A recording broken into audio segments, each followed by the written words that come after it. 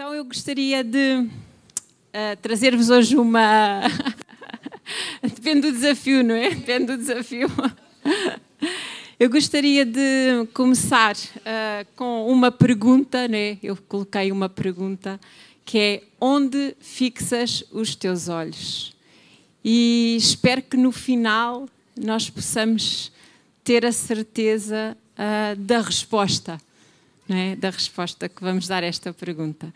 Então, nos tempos em que nós vivemos, aquilo que aconteceu na minha vida foi que eu olhei de forma natural para o mundo em que nós estamos a viver e aquilo que me pareceu foi que estava tudo muito escuro, estava tudo muito negativo, e se nós olharmos para o mundo que estamos a viver de forma natural, nós ficamos apreensivos, ficamos temerosos, ficamos um pouco amedrontados até. Então, esta é a razão porque nós temos que olhar acima do natural, não é? Temos que olhar acima do natural e temos que olhar para a luz. Mas melhor do que olhar para a luz é que nós temos a responsabilidade de acender a luz no mundo às escuras. Essa é uma grande responsabilidade que nós temos. Então eu gostaria de começar por ler. Eu não mandei este texto, portanto eu vou lendo. Marcos 5. Eu vou ler do versículo 21. Vou parando algumas vezes até ao versículo 43. Então diz assim: tendo Jesus passado no barco para o outro lado, ajuntou-se a ele uma grande multidão, enquanto ele estava junto ao mar. Então chegou um dos principais da sinagoga, por nome Jairo, o qual, vendo, prostrou-se aos seus pés e rogava-lhe muito: minha filha está à morte, rogo-te que venhas e lhe imponhas as mãos, para que sare e viva. Pelo que Jesus foi com ele. Então nós temos aqui um homem, um pai, desesperado, não é? Jairo vê a sua filha muito doente, quase à morte, e este é um quadro escuríssimo, não é? Portanto, mais escuro que isto é difícil, não é? Um pai ver uma filha que está quase a morrer e não tem como a ajudar, não é? Então, aquilo que eu imagino é Jairo ouviu falar de Jesus e Jesus está a chegar, diz que junto ao mar, presumo numa praia, na Galileia, e Jairo começa à procura: onde é que está Jesus? Onde é que está Jesus? E vê-o, porque diz, vendo. Portanto, Jairo fixou os seus olhos em Jesus. E correndo para ele diz que se prostrou e antes de lhe pedir o que quer que seja, esta é uma coisa importante. É nós, antes de vermos aquilo que Jesus pode fazer por nós, é olharmos e vermos quem Ele é. E eu acredito que foi isso que Jairo fez. Ele prostrou-se e diante daquele que tinha a resposta para ele, daquele que podia iluminar a escuridão que ele estava a viver, ele prostrou-se, adorou com o coração quebrantado e depois pediu-lhe aquilo que ele precisava. E aquilo que eu vejo é uma declaração de fé de Jairo. Jairo faz uma declaração de fé que é: rogo-te que venhas e lhe imponhas as mãos para que sare e viva. Portanto, isto é uma declaração de fé de Jairo. E porquê? Porquê é que Jairo pôde fazer esta declaração de fé? Porque ele viu a luz, não é? Ele viu a luz, ele olhou, fixou os seus olhos em Jesus. E o que é que nos diz Hebreus 12, 2? Agora, se vocês puderem, por favor, colocar, para todos acompanharmos. É muito importante que retenhamos esta palavra no nosso coração. Conservemos os nossos olhos fixos em Jesus, pois é por meio dele que a nossa fé começa e é ele que a aperfeiçoa. Então, Jesus, ele é o autor da nossa fé. É por ele que a nossa fé aumenta, que a nossa fé é aperfeiçoada, que a nossa fé ganha batalhas, que a nossa fé conquista aquilo que nós precisamos de conquistar, é Ele. Daí a importância de nós colocarmos os nossos olhos no autor e aperfeiçoador da nossa fé. Então, Jairo faz esta afirmação de fé e diz a seguir que Jesus foi com ele. Eu acredito que Jesus, ele vai conosco quando nós fazemos afirmações de fé. Eu acredito que não há nada que mais agrade a Deus quando nós dizemos: Deus, eu não estou a ver muito bem o que é que vai acontecer, eu estou a ver tudo um bocadinho escuro, mas eu olho para ti, eu coloco os meus olhos em ti e eu acredito em ti. E esta é uma declaração de fé. Então, Jesus diz que foi com ele, não é? Depois, a seguir, diz: grande multidão o seguia, comprimindo, e certa mulher que havia 12 anos tinha uma hemorragia e que havia padecido muito à mão de vários médicos e despedindo tudo o que tinha, sem contudo nada aproveitar, pelo contrário, ainda pior, ouvindo falar de Jesus, veio por detrás entre a multidão e tocou na sua veste. Dizia ela: se tão somente tocar nas suas vestes, sararei. Imediatamente se lhe estancou a hemorragia e sentiu no seu corpo estar curada do flagelo. Jesus, conhecendo que de si mesmo saíra poder, voltou-se na multidão e perguntou: quem tocou nas minhas vestes?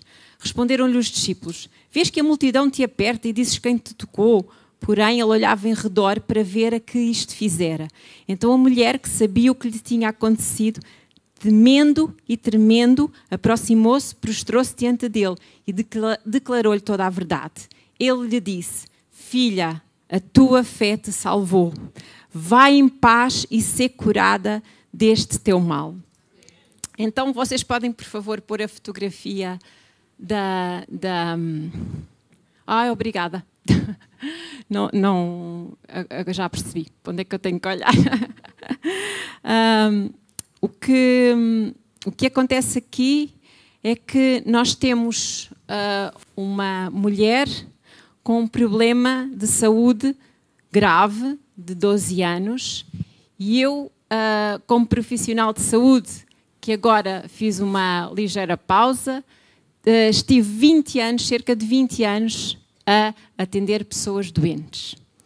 Garanto-vos que a doença, qualquer tipo de doença, é uma das situações mais complicadas para um ser humano. Há sofrimento quando alguém está doente. Há sofrimento. E é por isso que muitas vezes nós vemos Jesus movendo-se de íntima compaixão para tocar e para curar. Porque é preciso nós termos compaixão por alguém que está em sofrimento. Então esta mulher está com um sofrimento de 12 anos. Mas ela vê Jesus. Ela coloca os seus olhos em Jesus e ela acredita no seu coração que está ali a resposta para esta escuridão que ela também está a viver no natural. E então esta mulher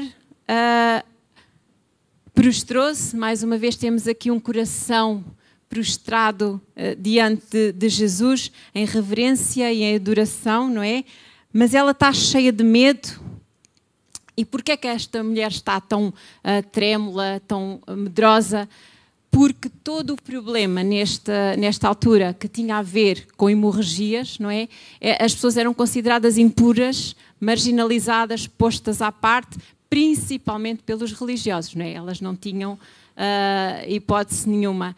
Então, esta era uma mulher que se sentia completamente colocada de parte, completamente indigna até. Por isso é que ela foi por detrás de Jesus, diz que ela foi por detrás, só queria tocar nas vestes de Cristo, porque ela não se sentia digna. Mas uma coisa muito bonita que nós, quando olhamos para Jesus, sabemos, é que ele escolhe as coisas loucas, não é, para confundir as sábias e escolhe as coisas fracas deste mundo para confundir as fortes.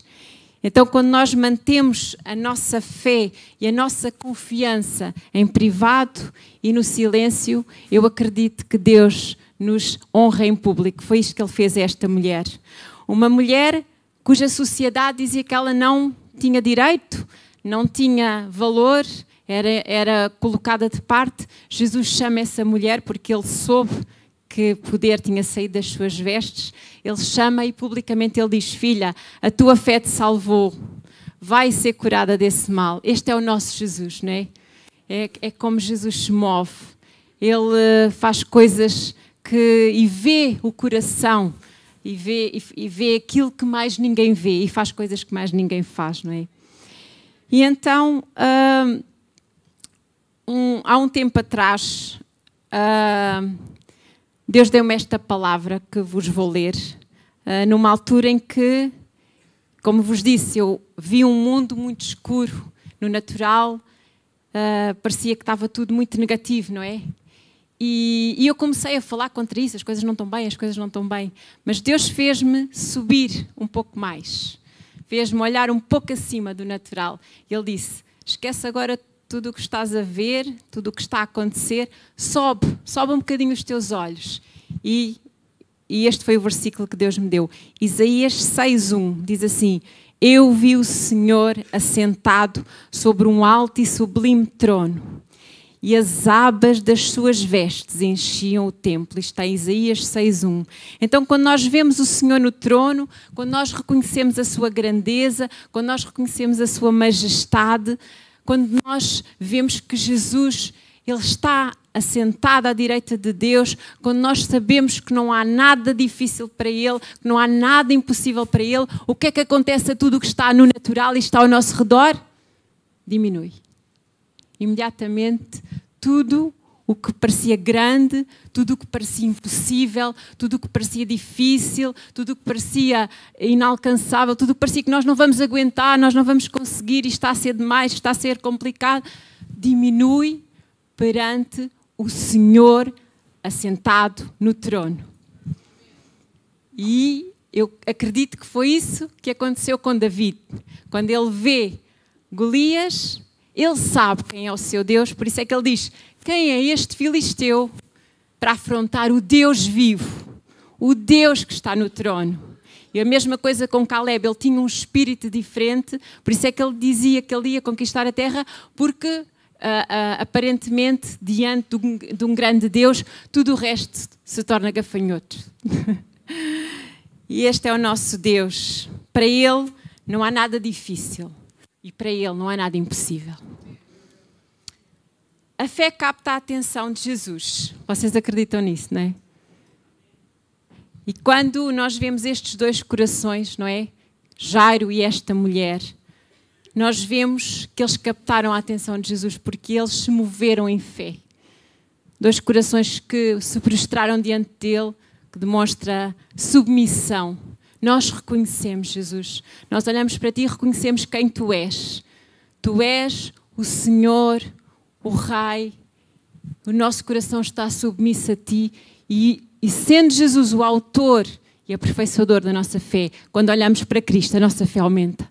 E nós acreditamos e nós sabemos em quem temos crido. Então, vou ler agora o versículo, a partir do versículo 35. Obrigada. Estando ele ainda falando, chegaram alguns da casa do principal da sinagoga, a quem disseram: a tua filha está morta, porque incomodas o mestre. Porém, Jesus, tendo ouvido estas palavras, disse ao principal da sinagoga: não temas, crê somente. Então, aqui, o que é que poderá ser pior para um pai do que uma filha morrer? Não é?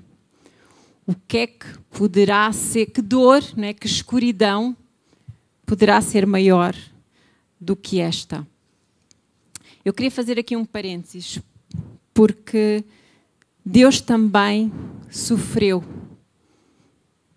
por causa da morte de Jesus. Diz que Deus amou o mundo de tal maneira que enviou o seu único filho para que todo aquele que nele crê não morra, mas tenha a vida eterna. Portanto, este é o amor do Pai, que Ele permitiu que o seu Filho sofresse e morresse por cada um de nós. E um dia que alguém ouça esta mensagem, ou que esteja aqui alguém que não conheça Jesus, saiba que não há amor maior do que este. Não há amor maior. Então vemos aqui agora um pai desolado. Jairo está completamente desolado. Jairo está completamente... Se há forma de cair numa cova e ir para baixo do chão, esta é a vez de Jairo. Às vezes na nossa vida nós temos momentos de desolação. Esta é uma das maiores dores que eu acredito que existe. Disseram a Jairo que ele tinha acabado de perder a sua filha. E normalmente, quando há coisas muito difíceis na nossa vida, aparece sempre muita gente a dar palmadas nas costas e a incentivar, não é? Não, nos piores momentos. Nos piores momentos, infelizmente, parece que tudo desaparece e aparecem as pessoas para nos mandar ainda mais abaixo. E é aquilo que acontece aqui a Jairo. Então, mas a filha está morta, acabou, não há mais solução, estás a incomodar o mestre, para quê? Quer dizer, um pai destroçado e não há nenhum incentivo, pelo contrário. Esquece isso, segue para a frente, não penses mais nesse assunto. Não é? Quando acontece alguma coisa, vêm as vozes da desgraça, desculpem a expressão, ainda nos massacrarem mais. Agora, uma coisa é certa e é muito importante aquilo que eu vos vou dizer em relação a isto. Há vozes que se levantam em alturas muito complicadas na nossa vida, que nos ainda destroem mais, ainda nos massacram mais. Quando nós estamos a passar por uma fase difícil, desanimam. Mas muitas vezes nós temos que voltar à voz que interessa, que importa e que é Jesus. E que é a palavra. A palavra sempre vai dizer o contrário daquilo que muitas vezes vem até à nossa vida para nos desanimar. Então aquilo que Jesus diz a Jairo é: não temas, crê somente. Não temas, crê somente. E isto acredito que é uma palavra para vocês hoje também. Eu não sei, não faço ideia o que é que está a passar-se nas vossas vidas. Pode ser uma situação financeira, podem dizer-me que receberam um diagnóstico negativo. E a palavra que eu gostaria de vos deixar hoje é: não temas, crê somente. Pode ser uma falta de emprego, pode ser irem ficar sem a casa, tantas coisas que acontecem. Ai, Miriam, os meus filhos já não vêm à igreja há mais de 10 anos. Não cremas, não temas, desculpem. Isto é quando queremos dizer as coisas muito depressa, não é? Não temas, crê somente. É a palavra para quando as situações estão muito, muito, muito complicadas, não é? E a palavra de Jesus tem sempre mais força, mais poder do que qualquer palavra que alguém venha dizer aos nossos ouvidos. E nós muitas vezes temos que as rejeitar e centrar a nossa vida, a nossa fé, tudo o que há em nós, na palavra, e olhar para Cristo. Porque se nós ouvirmos, nós não vamos receber. E mais para a frente vamos ver aquilo que aconteceu com Jairo, não é? Uma coisa que aconteceu na minha vida nos últimos 4 anos foi que eu desliguei muitas vozes. Desliguei imensas vozes. Desliguei, por exemplo, a televisão, desliguei inclusive a rádio, mas abri a palavra de Deus. E acredito que a minha fé ficou mais forte. Então, aquilo que Jesus diz, não só aqui, mas em Marcos 9:23, é: tudo é possível ao que crê. Se creres, verás a glória de Deus, diz João 11:40. Por isso, crer naquilo que Jesus diz, crer na sua palavra, crer em quem Ele é, não é uma simples declaração bonita. Não, é a verdade, porque Jesus é a verdade. Então, se nós crermos, nós vamos ver coisas grandes que Deus vai fazer nas nossas vidas. Então, no natural, não é? Se nós olhássemos no natural para aquele quadro, a menina está morta, não é? Portanto, se a menina está morta, no natural, o que é que se pode dizer? Pronto, não há muito a fazer. Mas a fé, o que é que a fé nos diz? Não temas, crê somente. Jairo mantém-se focado em Jesus e na sua palavra. Como é que nós sabemos que Jairo, está focado em Jesus e na sua palavra? Porque quando vem esta notícia, Jesus ouve e intervém. Então Jairo nunca deixou de se focar em Jesus. Aconteça o que acontecer, foquemos os nossos olhos em Jesus. A sua presença e a sua palavra é o foco da nossa vida. Então, 37 a 40, vou agora ler-vos. E não permitiu que ninguém o seguisse, a não ser Pedro, Tiago e João, irmão de Tiago. Porquê que Jesus não permitiu que ninguém o seguisse nesta altura?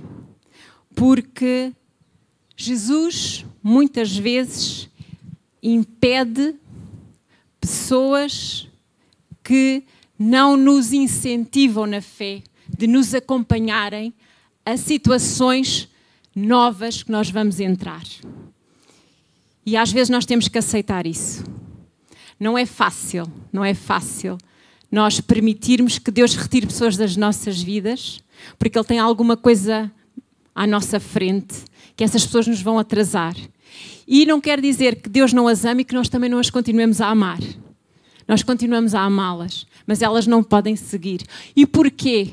Porque Jesus, eu já vos vou ler, Jesus está prestes a entrar na casa e dentro daquela casa há coisas que não podem estar e há pessoas que não vão poder estar, porque não têm o mesmo espírito. Lembrem-se de Caleb.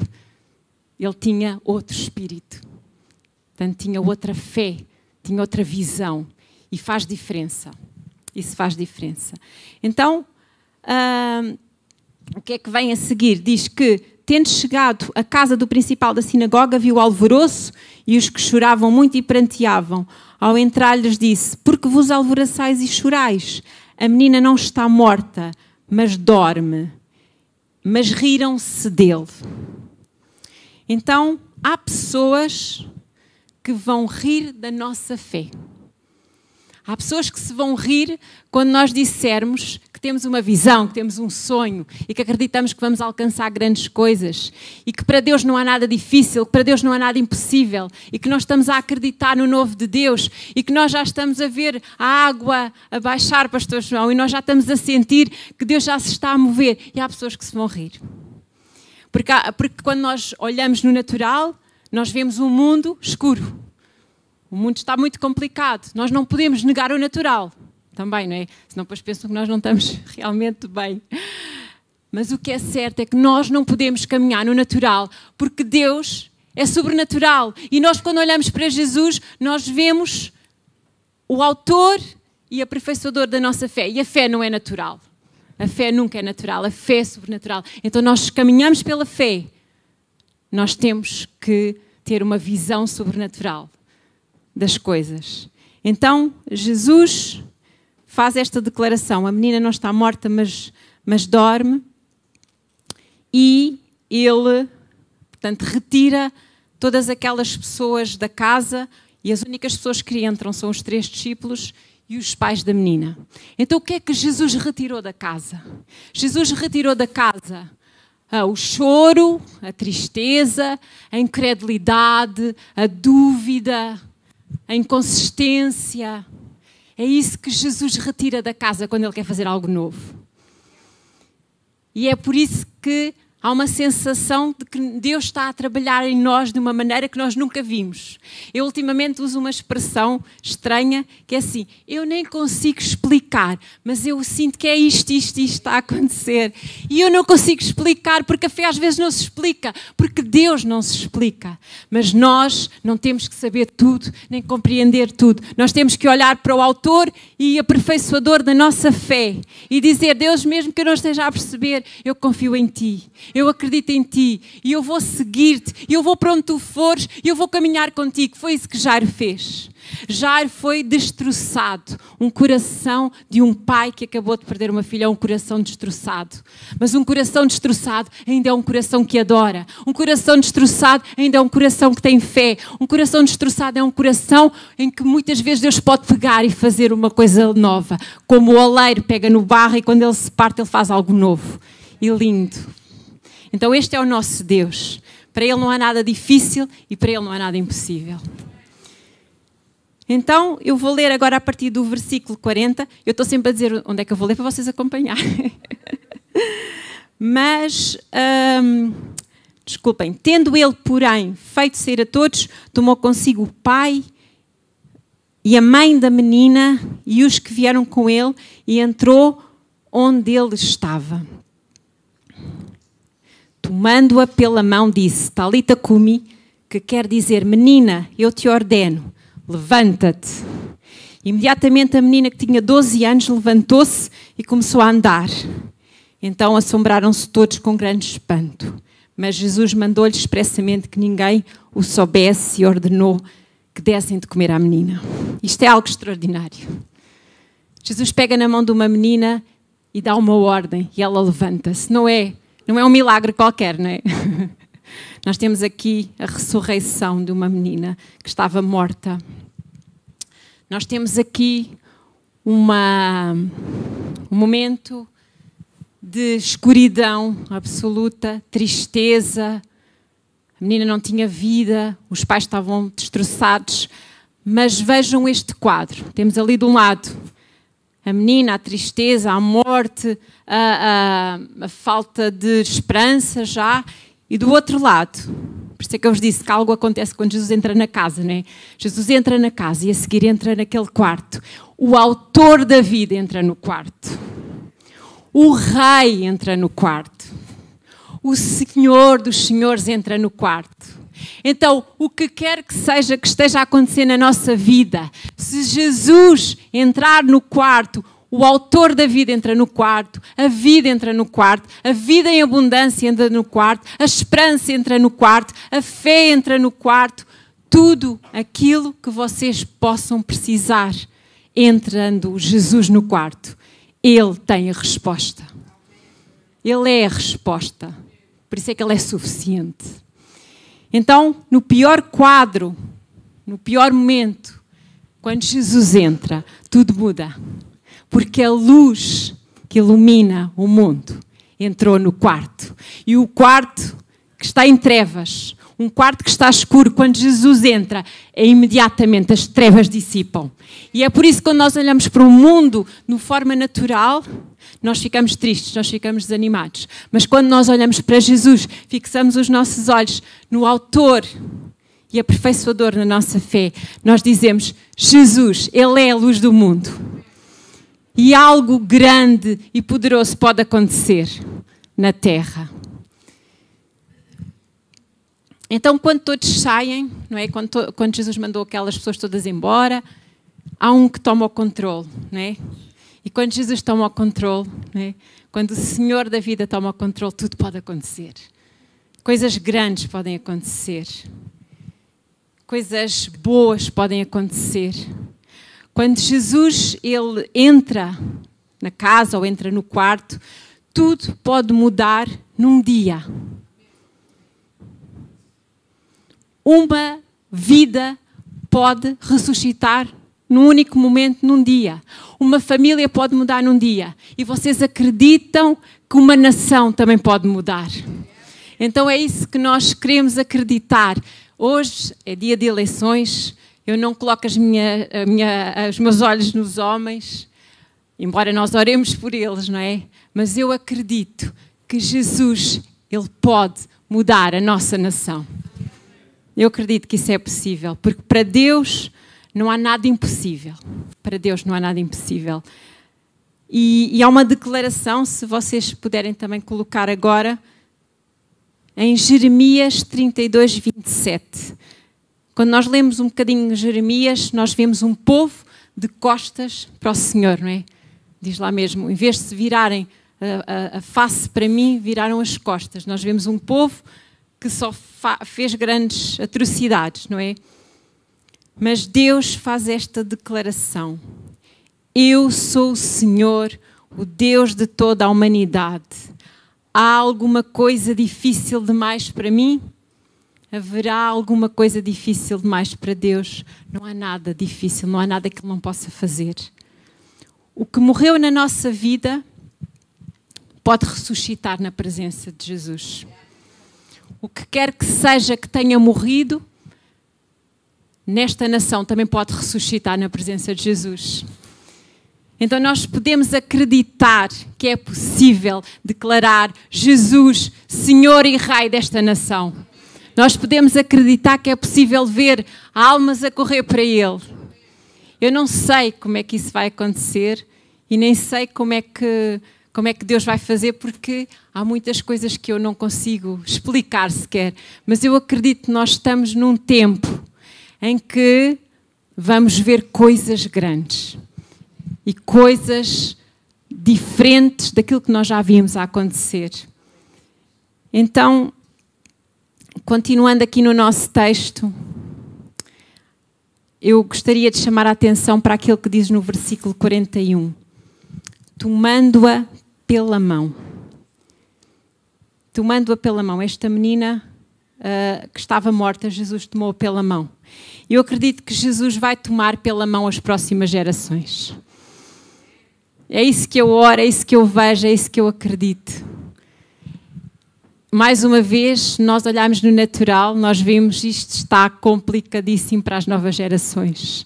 As escolas estão complicadas, tudo o que rodeia os nossos meninos e as nossas meninas, no natural está muito escuro, está muito difícil nós acreditarmos. Mas mais uma vez, se nós fixarmos os nossos olhos no Autor e Consumador da nossa fé, nós podemos dizer que Jesus pode e vai tomar estas novas gerações pela mão. E como é que isso vai acontecer? Eu acredito que, como naquele quarto, 2 gerações, não é? Os pais e a menina, a filha, viram juntos a glória de Deus naquele quarto. Então acredito que é possível gerações diferentes, juntas, com o mesmo propósito, com a mesma vontade, com a mesma fé, acreditarem que Jesus pode e vai mostrar-nos a sua glória. E que todas as gerações vão ver a sua glória juntas. E acredito também que há aqui Jairos. Acredito que há aqui Jairos que têm intercedido pelos seus filhos, pelos seus netos, pelos seus sobrinhos. Tal como Jairo. Jairo foi um intercessor, não é? Jairo intercedeu pela filha. Portanto, Jairo não foi pedir para ele próprio, não é? Foi interceder pela filha. E eu acredito que estes Jairos, não é? Estes Jairos, estas mulheres e homens vão levar Jesus, a sua presença, às novas gerações. E é isso que nos faz acreditar que é possível vermos estas novas gerações serem tomadas pela mão de Jesus e verem a sua glória e viverem na sua presença. Eu depois fui ver o que é que significa Jairo. Jairo significa Deus ilumina, ou aquele que ilumina e aquele que levanta, simboliza esperança. E Deus está a chamar aqueles que vão levantar-se e vão brilhar a luz de Cristo. Porque agora Jesus está no trono, não é? Na altura Jesus estava connosco, estava na terra, não é? Mas agora Jesus está no trono. Agora a sua presença através do seu Espírito é que em nós vamos nós agora levar esta luz às novas gerações. Somos nós que temos essa responsabilidade. Por isso é que é muito importante nós captarmos a necessidade que temos no mundo escuro, acendermos a luz, não é? Nós temos uma responsabilidade. Então, Isaías 61 diz assim: levanta-te, resplandece, pois já vem a tua luz, e a glória do Senhor vai nascendo sobre ti. E isto somos nós. somos nós. Esta luz está em nós. E esta ordem é para nós. Levanta-te e resplandece. Entretanto, eu estava a ler este texto, li-o algumas vezes, e o número 12, de repente, parece que saiu para fora do texto. Portanto, era uma mulher com 12 anos, de uma hemorragia grave. A criança que estava morta tinha 12 anos. E quase como profeticamente, Deus lembrou-me que a minha filha também vai fazer 12 anos este ano. E os nossos filhos e os nossos netos são o nosso legado na Terra. E nós não podemos descurar o nosso legado, não é? E esta é uma responsabilidade que vai além de nós, não é? Vai além de nós. Por isso é que é tão importante nós percebermos que as gerações anteriores e todos aqueles que têm mais idade têm uma responsabilidade tão grande. E o que é que isto significa? Que vocês são tão importantes. E vocês têm um papel a desempenhar tão importante. E isso é algo que nos dá uma motivação extra, né? Quando olhamos para os pequeninos, nós temos uma motivação extra. Portanto, nós não estamos acabados quando chegamos a uma certa altura, não terminou a nossa história, não terminou o nosso desempenho, nós ainda temos muita coisa a dar às próximas gerações, muita sabedoria, muito conhecimento, muita oração, muita intercessão, muita luz para iluminar estas trevas. Então, o número 12, e a Cristina vai gostar desta parte, fala-nos de universalidade e totalidade do mundo. 12 tribos de Israel. Atenção, Jesus veio da tribo de Judá.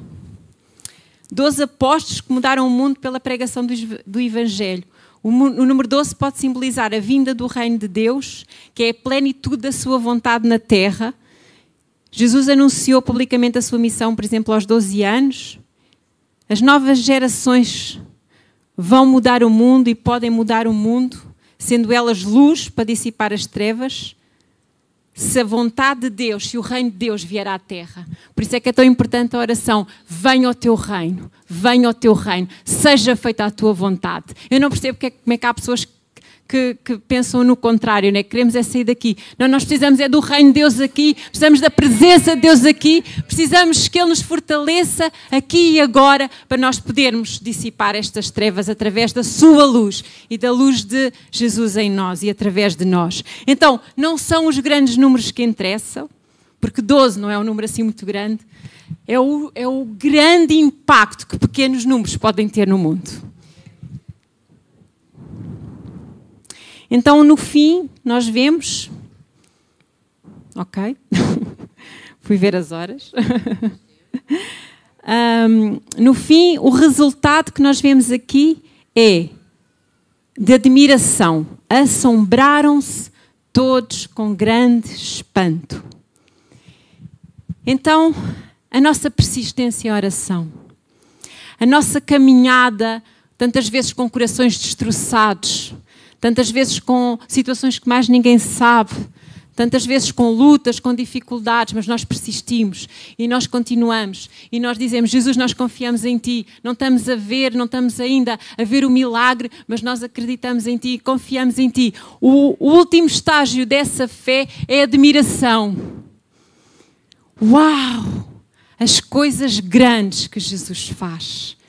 Este é o resultado da fé. É vermos o poder de Deus e a glória de Deus.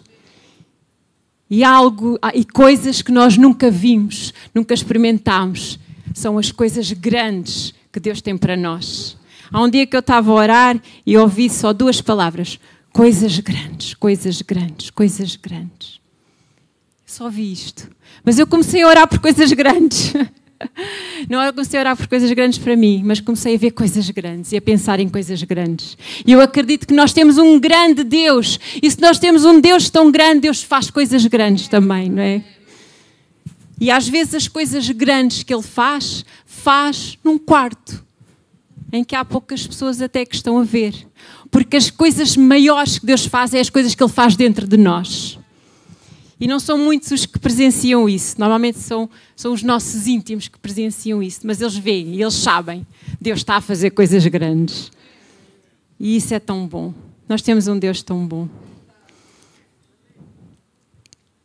Então eu queria falar acerca de uma frase que a Susana disse a semana passada, que eu achei tão engraçada. Eu escrevi para não me esquecer. Ela disse assim: quando é que deixámos de acreditar? Não é? Quando é que nós deixámos de acreditar que Deus faz milagres, que Deus faz maravilhas? Eu queria reforçar a frase e dizer assim: vamos voltar a acreditar. Vamos voltar a acreditar, porque Deus, Ele quer fazer coisas grandes e coisas maravilhosas. E eu acredito que Ele vai fazer milagres. Fixemos os nossos olhos em Jesus e tudo pode acontecer. Então, gostaria de vos dar um exemplo de uma das personagens que mais mexe comigo na palavra de Deus, a seguir a Jesus, claro, que vem em Atos 7, 54, 56, que é Estevão. Estevão fixou os olhos em Jesus independentemente das circunstâncias que ele estava a viver, não é? E diz assim: mas ele, cheio do Espírito Santo, fixando os olhos no céu, viu a glória de Deus e Jesus, que estava à direita de Deus, e disse: olhai, eu vejo os céus abertos e o Filho do Homem que está em pé à direita de Deus. E isto está a acontecer exatamente quando Estevão está a ser apedrejado. Não está a acontecer numa altura qualquer. Não está a acontecer numa altura de celebração, de levantar as mãos. Está a acontecer numa altura de perseguição e grande sofrimento para Estevão. O que significa que se nós colocarmos os nossos olhos no autor e consumador da nossa fé, aconteça o que acontecer, nós vamos ver a glória de Deus na nossa vida. Eu acredito que foi isso que Estevão experimentou. E por isso é que ele diz uma frase tão parecida com Jesus. Ele diz: perdoa-lhes. Porque nós, quando nos aproximamos da presença de Deus, quando nós fixamos Jesus, nós tornamos-nos cada vez mais parecidos com Ele. E Estevão diz uma coisa linda. Diz assim: eu vejo os céus abertos e o Filho do Homem que está em pé à direita de Deus. Normalmente Jesus está assentado à direita de Deus. Normalmente, eu penso que quase todos os textos dizem isso. Mas aqui Jesus levanta-se. Porque eu acredito que Jesus levanta-se quando nós nos movemos em fé, em poder e pelo seu Espírito. E queira Deus que nós tenhamos esta coragem de nos levantarmos, brilharmos a sua luz e olharmos e vermos Jesus está de pé, porque Jesus está também a dar-nos da sua força, a sua honra, e está a dizer: bom servo e fiel. Aconteça o que acontecer, fixem os céus, fixem Jesus. Eu vou pedir agora ao grupo de louvor para subir, por favor. E gostaria que vocês colocassem uma fotografia, a última. E esta é a minha declaração de fé, nesta manhã. E antes de fazer a minha declaração de fé, deixem-me dizer-vos uma coisa. Eu também sei qual é a dor de perder um filho, embora eu perdi dois embriões, vamos assim dizer, não é? Portanto, bebés em formação ainda. E acredito que esses bebés estão com Jesus e foi assim que Deus me curou. Mas Deus deu-me duas meninas lindas e a minha declaração para as novas gerações é que elas estão seguras em Cristo. Quer vivamos, quer morramos, somos do Senhor. Os dois outros bebés estão com Ele, mas as minhas filhas também aqui na terra, elas estão seguras em Cristo. Esta é a minha declaração de fé para as minhas filhas, para as novas gerações. Então, em conclusão, quando olhamos para Jesus, ganhamos uma nova visão. Ganhamos esperança, ganhamos futuro. Vem alegria e paz ao nosso coração quando olhamos para Jesus. Sabemos que não há nada difícil, não há nada impossível para Ele. A nossa fé aumenta. E se a nossa fé aumenta, nós sabemos que vamos ver milagres e maravilhas, porque para Ele não há nada difícil, não há nada impossível. Nós precisamos da sua presença e precisamos da sua palavra. Foram duas coisas que Jairo sempre se agarrou, à presença e à palavra.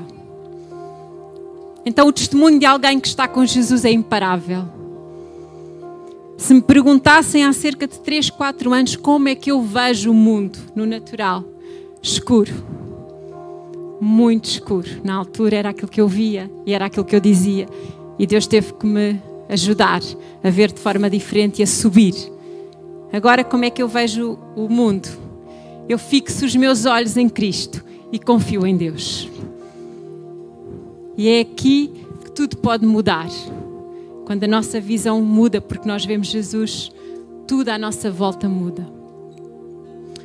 Então, hoje, nesta manhã, enquanto o grupo de louvor nos vai dirigir e eu vou entregar agora o resto da celebração a eles, pensa na tua vida. Pensa em que situação da tua vida é que tu estás. Estás aos pés de Jesus ainda a interceder? Continua a focar-te nele e na sua palavra. Estás como aquela mulher, se eu tocar, basta tocar as vestes do Senhor, porque há poder até nas suas vestes. Recebe o teu milagre. Acredita que Ele é capaz. Deus é capaz de fazer o impossível. Se estás prestes a entrar na casa e Jesus está a remover pessoas da tua vida, aceita. Quando Deus tira pessoas da nossa vida, nós temos que aceitar. Se estás a entrar já no quarto e o autor da vida está a ressuscitar coisas na tua vida que estavam mortas, começa a ficar admirado, começa a celebrar, porque está prestes a acontecer algo grandioso. Então, fiquemos de pé e agora entre vocês e Deus, o braço de Deus está estendido. E Ele está aqui. O Senhor, o Rei, está na casa. E quando o Rei e o Senhor está na casa, tudo pode acontecer. Deus vos abençoe.